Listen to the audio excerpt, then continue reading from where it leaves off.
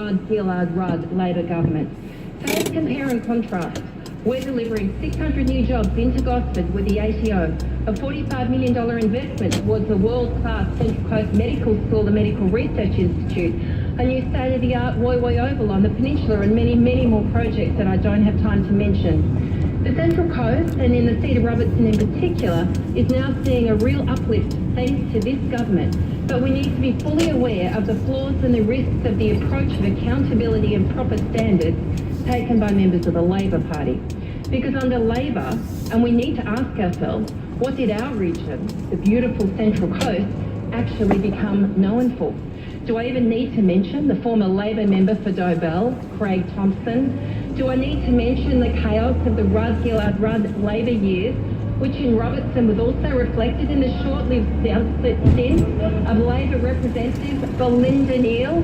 Do you know who she is? And Deborah O'Neill? Do I need to remember the failure to deliver or plan for more local jobs and better infrastructure? Do I need to remind members opposite, including the Shadow Minister who ought to remember this, about the big red button that was pushed with great fanfare on Gosford waterfront by the then member for Gosford? And I'm prepared to get you to leave the chamber if you keep interjecting.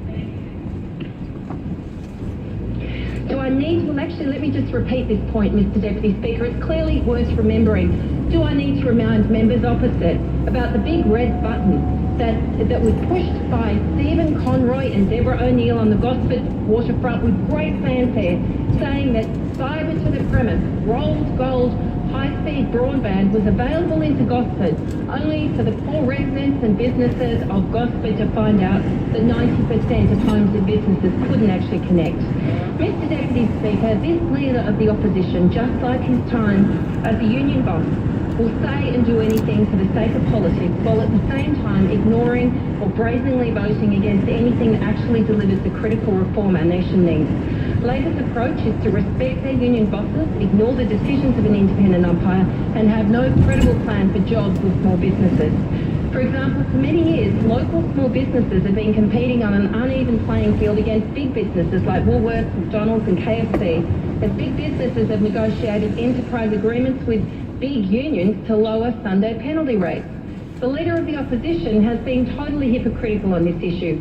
As a union boss, he cut penalty rates to low-paid workers. The Leader of the Opposition is happy for big businesses and big union leaders to do deals cutting penalty rates, but it appears Labor quickly whistles to a different tune on penalty rates when an independent umpire does it for small business. The Leader of the Opposition says he's against foreign workers, but his record of granting 457 visas shows that he brought foreign workers in at the expense of Australians looking for work. He said he was in favour of a cut in the company tax rate, but now Labor is opposing the Coalition's company tax cut. Labor wants to attack Central Coast small businesses and their employees by repealing the Coalition's enterprise tax cut plans. Yet you can see how the Coalition's plan is working. Just look at the fantastic response from local businesses in my electorate to the instant asset write-off, where close to 300,000 Australian small businesses have taken advantage of this, including more than 2,200 in my electorate. We've got a strong record of delivering on reform, including changes in industrial relations, such as protecting firefighters from unions to takeovers and the legislation to restore the rule of law and stop union saga in the building construction sector. We've secured the passage of disrupting benefits legislation that will bring an end to the dodgy deals done between employers and unions that do nothing to benefit workers, and much, much more. But sadly, because the Leader of the Opposition always puts politics in his own interests ahead of the national interest, he cannot be trusted to deliver for our nation or for the Central Coast. Labor, it would seem, is short on standards and short on accountability. I call the member for Hotham. Claire O'Neill, Labor Victoria.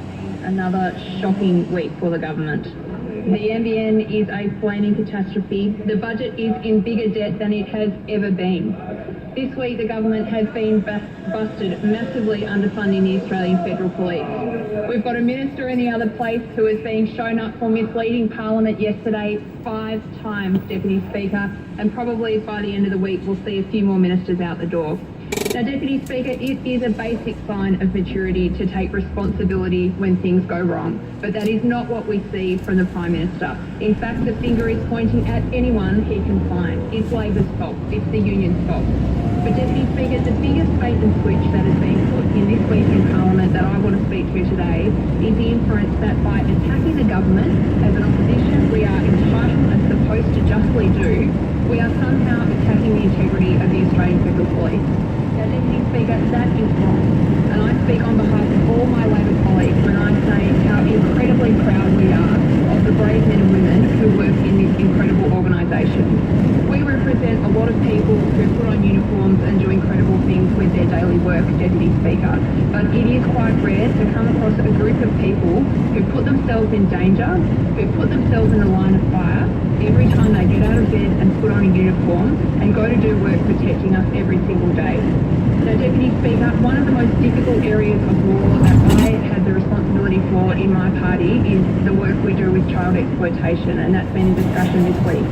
Deputy Speaker, the Australian Federal Police are at the front line of that and just about every other major security threat that we talk about in this Parliament, whether it's terrorism, Deputy Speaker, whether it's the work that we do trying to fight gun importation. All of these things, the Australian Federal Police is absolutely at the epicentre of. Now, Deputy Speaker, we've heard a lot of sort of frustrated commentary from those on the other side who are getting up and talking about how much they are enamoured with the work of the Australian Federal Police. Well, I would say to those on the other side of the House that if you are so committed to supporting the brave men and women who protect us on the beat every day, then you would probably be making sure that you pay those officers properly. Now, what we know is that the Australian Federal Police have not had a pay rise for more than 2 years. That means in real terms, the people whose work you stand up on board when you're talking about the incredible work that they do are actually going backwards. And that is because of your government and because of the cuts that you have made to that organisation. Now, Deputy Speaker, earlier this year, the Australian Federal Police were offered a pay deal which would see them getting a very minimal pay rise. Some officers, though, were going to go right backwards, Deputy Speaker, including a set of officers who are going to receive a $35,000 a year pay cut. Now, Deputy Speaker, the organisation has refused that industrial agreement, but I want to read to you a line to the Prime Minister, a letter to the Prime Minister written by the head of the Australian Federal Police Association, Angela Smith. And she writes, "Dear Prime Minister, you take every opportunity to praise the operational success of AFP employees, yet this adulation rings hollow if those same employees are rewarded by cuts to their pay and entitlements." Now, Deputy Speaker, Labor has not taken that view. We have fought for those police officers in their pay agreement, and we hope that that is going to get a good outcome. Deputy Speaker, we saw the Commissioner of the Australian Federal Police in estimates this week, and I have to say that I feel a lot of sympathy for Commissioner Colburn as he tries to navigate a difficult situation, because the truth is that the government has cut $184 million from this organisation over the coming 4 years. He revealed in estimates this week that the organisation has lost 117 staff over the last year alone. Now, Deputy Speaker, how can the Prime Minister stand up in question time and say that he is so much in favour of this organisation? He speaks with one voice in this Parliament, and then he and the Justice Minister go down to the Cabinet room and they do something absolutely contrary to those comments, and that is gut this organisation. Deputy Speaker, this week the ABC came forward with a memo that was written by a senior Australian Federal Police officer, which showed that over the last period of time, 23 critical raids have not been properly investigated because the Australian Federal Police does not have the resources to do it. The ABC reported that there was a 1.6 tonne cocaine importation that could not be fully investigated by the Australian Federal Police due to lack of resources. Deputy Speaker, we are so supportive of this organisation, and we're genuinely supportive of the organisation. I only wish that the government's commentary about the Australian Federal Police was backed up by real support for those officers and funding for that organisation. Well, thank you, David. Little Proud, Nationals, Queensland. The aspects of those officers that we've seen over the last 24 hours is nothing more than a desperate attempt to take attention away from the very core of the issue of what we are talking about. The very core attention about what has happened and in the last 24 hours about why those raids were undertaken. The values and principles of the union movement have been shown up because a statutory authority saw it fit to go and raid them because they failed to provide the information that was required of them. Talk about the values and principles of this organisation and the link to the Labor Party.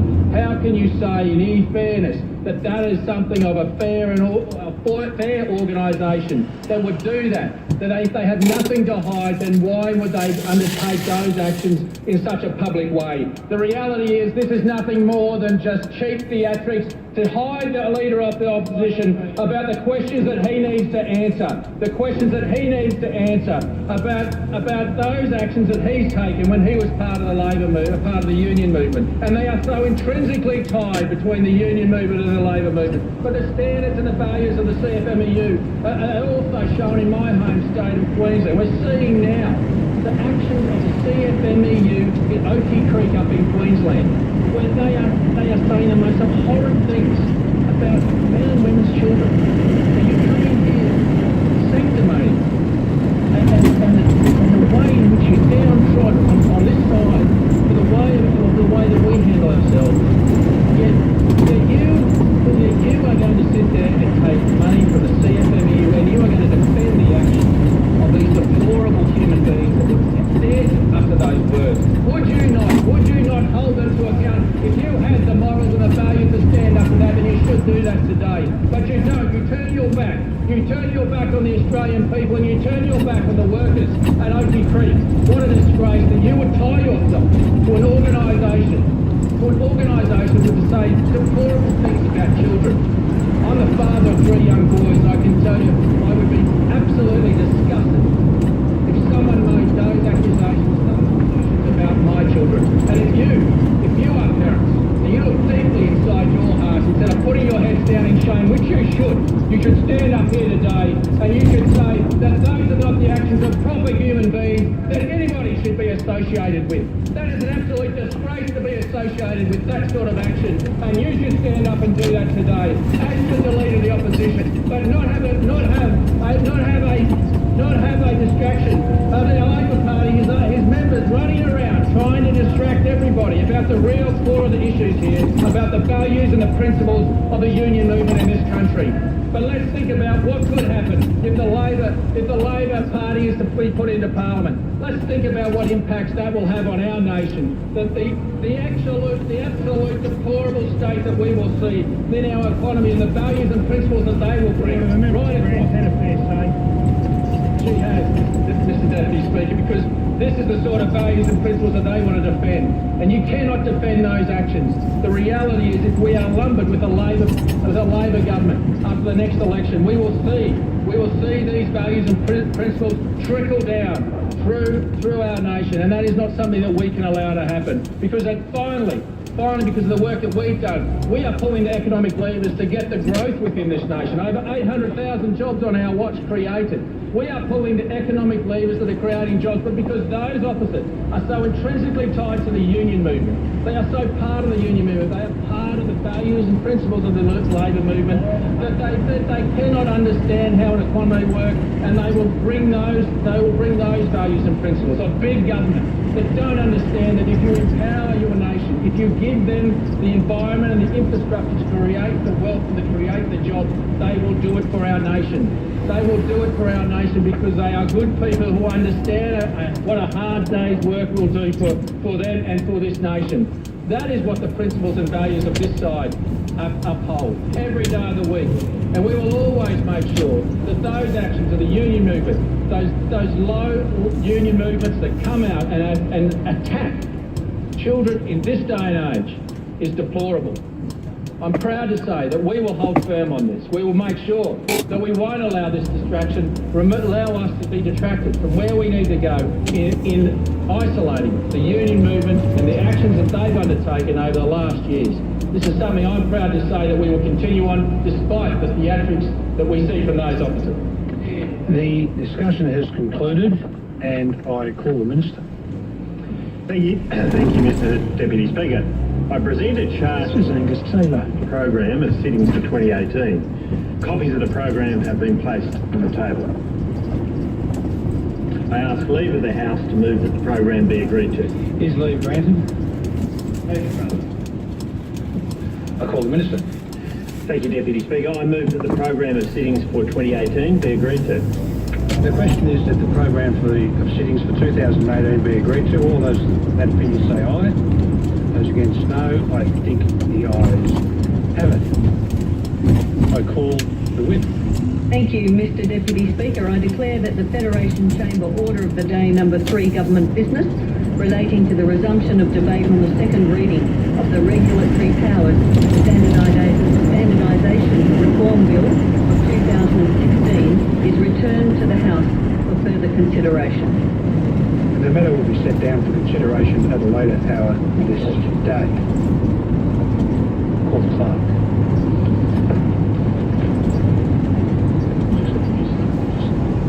I have to report that the Australian Grape and Wine Authority Amendment, Wine Australian Bill 2017, has been fully considered by the Federation Chamber and has been agreed to without amendment. I present a certified copy of the bill.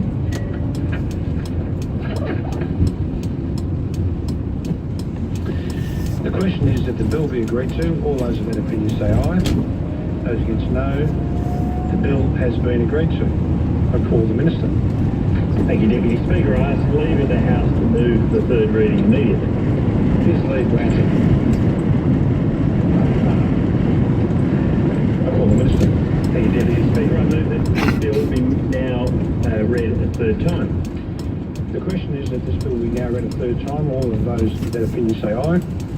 Those against no. I think the ayes have it and the bill has been agreed to.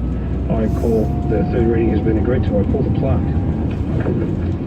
Third reading, a bill for an act to amend the law relating to wine, international wine tourism and complementary services, products and experiences, and for related purposes. I have to report that the Fisheries Legislation Amendment Representation Bill 2017 has been fully considered by the Federation Chamber and has been agreed to without amendment. I present a certified copy of the bill. The question is that the bill be agreed to. All those of that opinion say aye. Those against, no. I think the ayes have it. This bill has been agreed to. I call the Minister. I ask leave of the House to move the third reading immediately. Is leave granted? I thank the members of Kingston. I call the Minister. I move that this bill be now read a third time. The question is that this bill be now read a third time. All those of that opinion say aye. Those against, no. I think the ayes have it and the third reading has been agreed to. I call the clerk. Third reading, a bill for an act to amend the law relating to fisheries and for related purposes.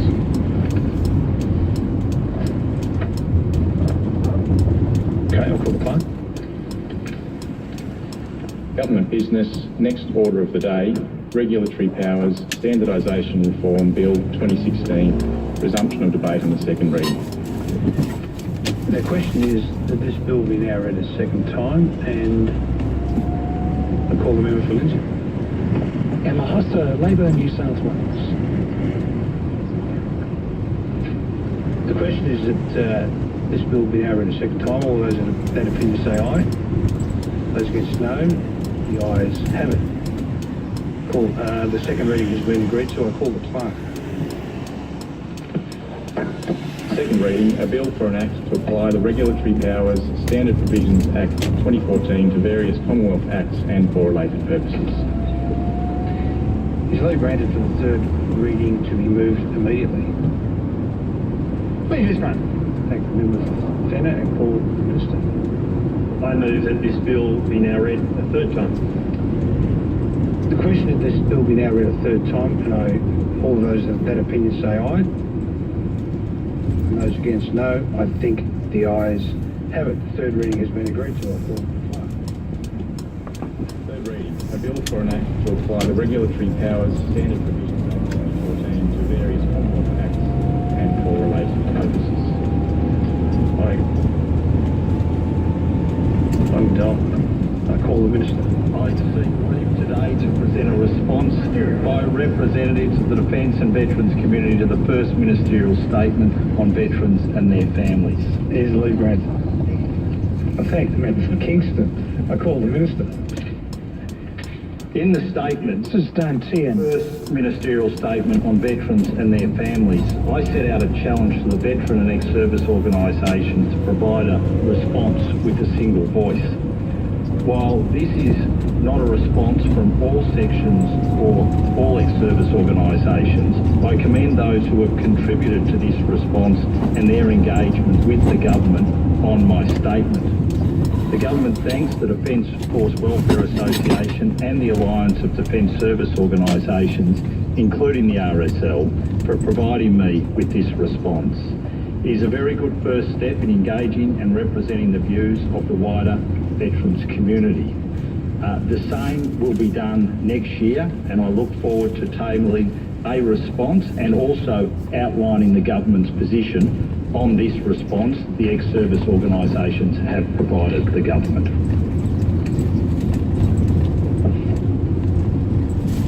I call the member for Kingston. Thank you. Well, The shadow Minister, Amanda Rishworth. to read the Defence Community's response to the ministerial challenge. I've only just received it, but I would say in very, very brief comments that I certainly value my engagement with the ex-service community, and I think the best outcomes are served if everyone is pulling in the same direction and coordinating their response. Government and opposition can only get the policy right and the policy settings right with a vibrant and ex-service community that does give free and frank advice. So certainly look forward to considering the Defence Community's response to the ministerial challenge and my ongoing engagement with them.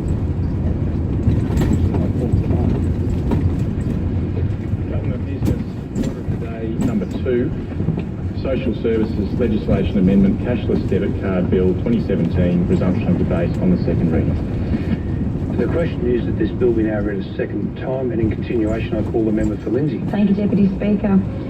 Won't get long, but in the time being, this is Emma Husser, Labor New South Wales. That are unique to remote and discreet communities. Because of the tireless efforts of my colleagues Jenny Macklin and Linda Burney, we understand that a cashless debit system may be part of a solution. I just want to mention, while I mention Linda Burney's name, I'd just like to pass on my sincere condolences to my colleague Linda and thank her for all of her work and her efforts in making sure that this system is got right. It's a shame that she isn't here today, but I am very privileged to stand up and honour the work that she's been doing. We also understand that most people are quite capable of managing their own incomes. It is vital that we understand, and it can be only a part, not a holistic answer to complex historical problems. These problems vary from community to community, country to country, state to state.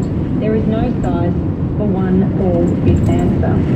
We need to develop the levers that provide access to support when and where it is suitable.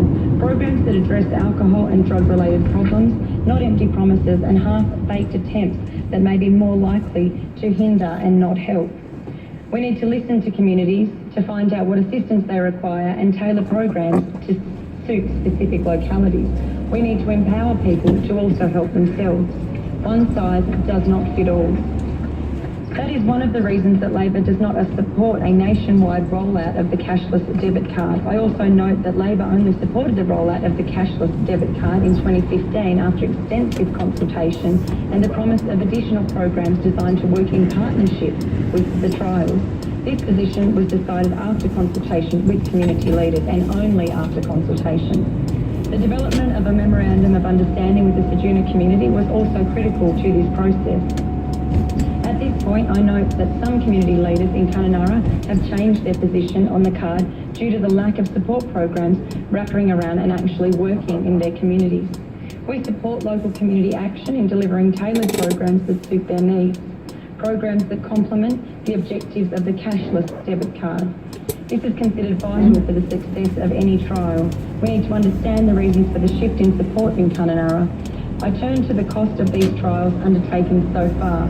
As we've previously heard, the government has spent around $18.9 million on the East Kimberley and Ceduna trials alone. We believe that the Senate inquiry will reveal whether this money has been well spent, but that is an extraordinary amount of money. It is also hoped that it will shed some light on the $7.9 million paid to manage the system. Surprisingly, funded to the tune of $1.6 million for the research that, in the opinion of many, has questionable value both as indicative and a research tool. We rightly question the reason why this legislation is being brought forward when there are still so many questions that need to be answered. The 2016 census tells us that Australia's Indigenous population has grown by 17.4% since 2011. That's an estimated 3.3% of our total population, an estimated just under 800,000 people who are concerned about the implications of a rollout of a cashless debit card system. We need to be mindful of the implications of those trials and the psychological impact that it has on every single Indigenous person, regardless of where they live. It is imperative that we take the actions of previous governments into account when we are discussing the serious amendments such as the one before the House today. It is also important to note that these populations are centred in the major cities, particularly in electorates like mine in Lindsay. The impact of these trials is surely an underlying worry for many people and how they view their future. People who have suffered and have been hurt by our collective actions, however well-intentioned they may have been. These people need to be reassured that our commitment to the implementation of effective education, rehabilitation and training programs are essential. They are essential to ensure that the inequity, suspicion and historical dislocation is addressed in ways that are well-researched, well-resourced and effectively delivered. While we know that most people have the ability to self-manage their income, we also understand that some people need a hand. Whether extending the rollout of the cashless debit card is the answer is yet to be fully understood. Labor is committed to consulting widely in Hervey Bay and the Goldfields areas. I reiterate that we mean proper consultation that includes working together with communities to ensure that they get the programs need and they desire, not lecturing them. We will not lecture the communities we visit, but we will commit to listening, to discussing and acting. The member for Lindsay will be able to continue her remarks when we resume, it being 4:30 p.m. I propose the question that the House do now adjourn. The member for Macquarie. Thank you, Mr. Susan Templeman.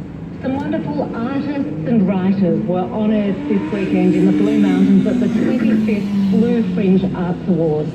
These began as the Adrian Brown Awards in 1992 in honour of Adrian, who had schizophrenia and found relief through her love of poetry, the arts and music. The family recognised the valuable role that artistic expression played in their daughter's life, and from this emerged the Blue Fringe Arts Festival. Anyone who has a lived experience of a mental health issue is able to enter, and there are art, sculpture, photography, textiles and writing prizes. The festival has an organising committee which includes representatives from aftercare, neighbourhood centres across the mountains, including Springwood and Katoomba, Ability Links and TAFE, as well as volunteers from the community and the artists themselves. They're generously supported by sponsors from local businesses, including Botanical Art, Viviability, Bendigo Bank, Bell Property, Laura, Mountain Heights Highs, Richards Financial Services and Blue Mountains Explorers Bus. The works were diverse and glorious, and I'm the very proud owner of a beautiful charcoal piece called Showday Sunset by a young artist, Alan Bridges, which won the People's Choice Award and is now in my Parliament House office. Congratulations to all the artists involved, and thanks to the volunteers and sponsors for a quarter of a century of this important event. Mr. Speaker, I've just been talking about one of the many important roles that our local Wentworth Falls TAFE plays in our community as the host venue for the Blue Fringe Arts Awards. My electorate of Macquarie has not just the Wentworth Falls and Katoomba TAFE, specialising in things like outdoor education, hospitality and community health, and Richmond TAFE, which has a huge equine training capacity, as well as venomous snake training and landscaping, plus much more. In recent years, yet it's vital to Australia having a skilled workforce, and vital for people in the Blue Mountains and Hawkesbury to access further education. When Lenah left office in 2013, there were around 420,000 apprentices. Now it's 280,000. The population has grown, yet apprentice numbers have fallen. Nationally, there was a 30% cut in government-funded training at TAFE between 2013 and 2016. TAFE teachers and students, past and present, tell me TAFE is in serious danger if changes are not made soon.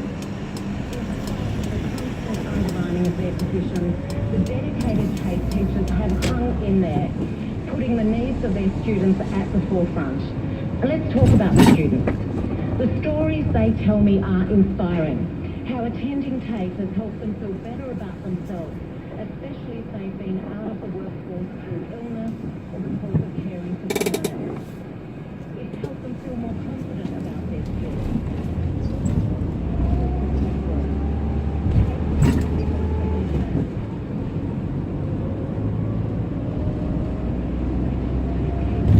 Long into the future, in a way that prepares people for future employment.